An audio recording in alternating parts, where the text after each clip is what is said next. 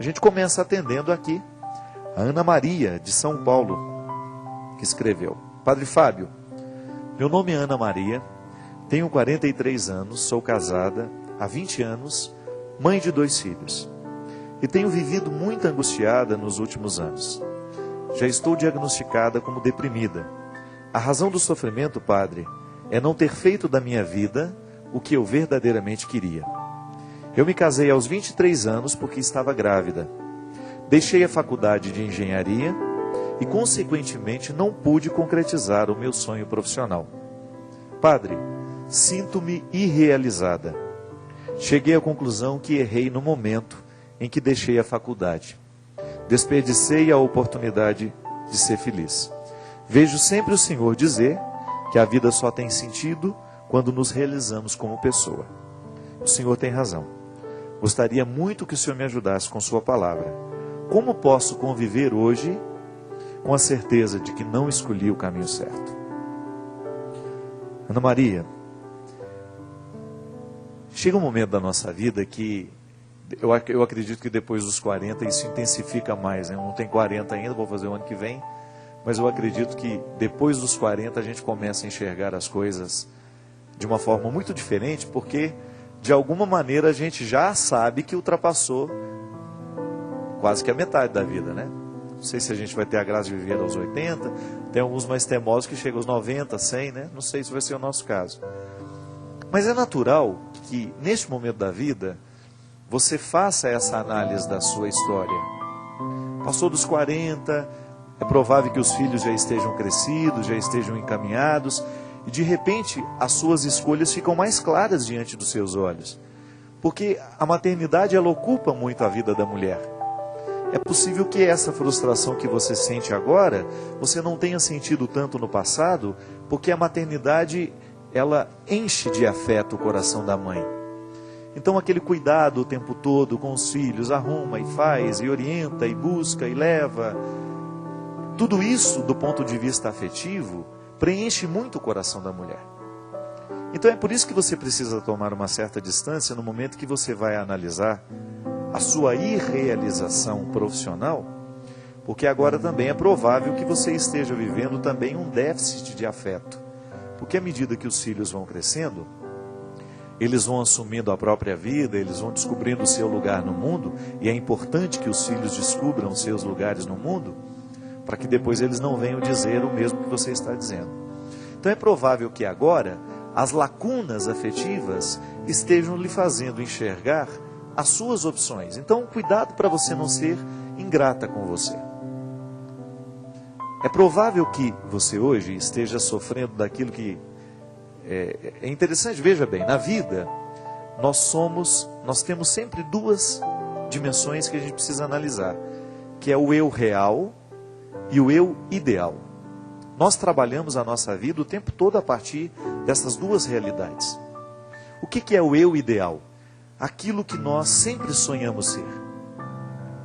Aí você coloca todas as dimensões da vida humana. O homem com quem você queria se casar, o emprego que você queria ter, o comportamento que você gostaria de assumir, a atitude, o jeito de ser, os talentos, as aptidões, a casa, o lugar que você gostaria de morar. Tudo isso faz parte do seu ideal, né?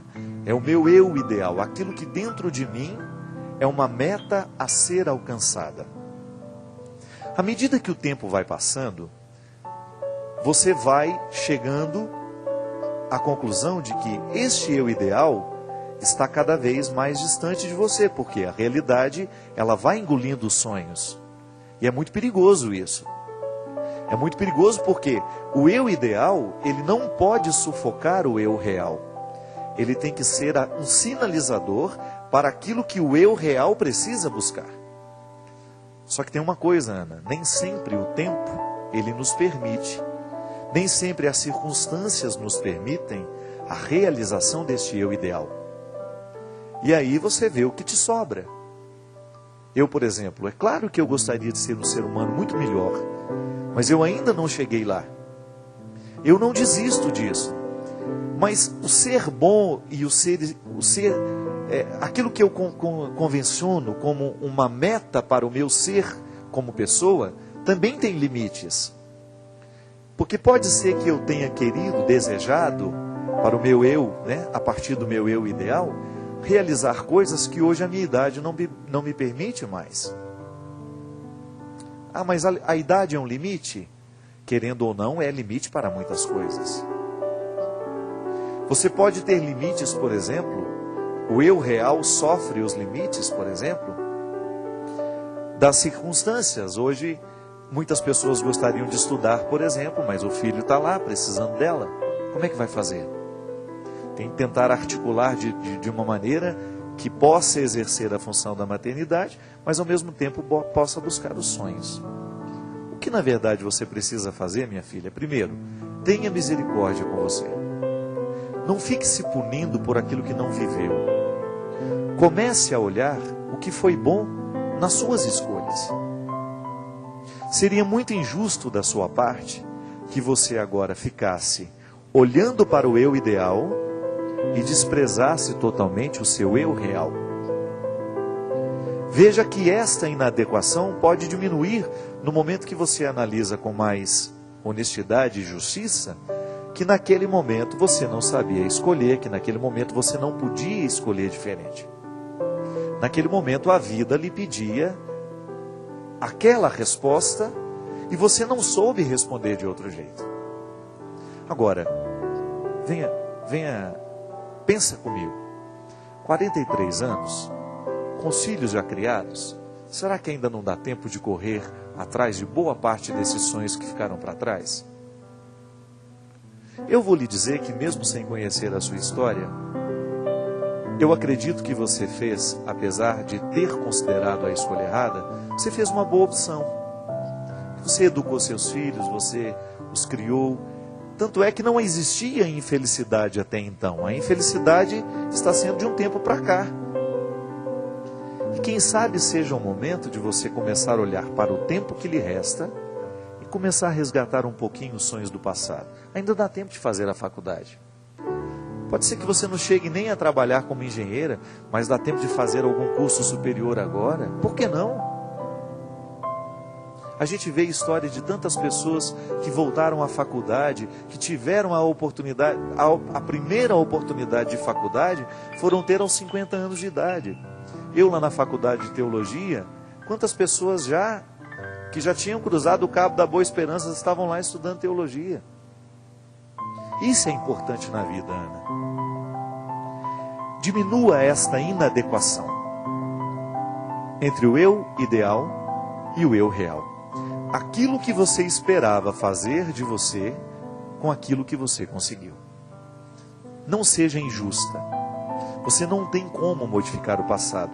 E pode ser que boa parte da origem desta depressão, desta angústia, esteja justamente na sua incapacidade de olhar para aquele tempo e administrar as escolhas daquela hora com a visão que você pode ter delas hoje.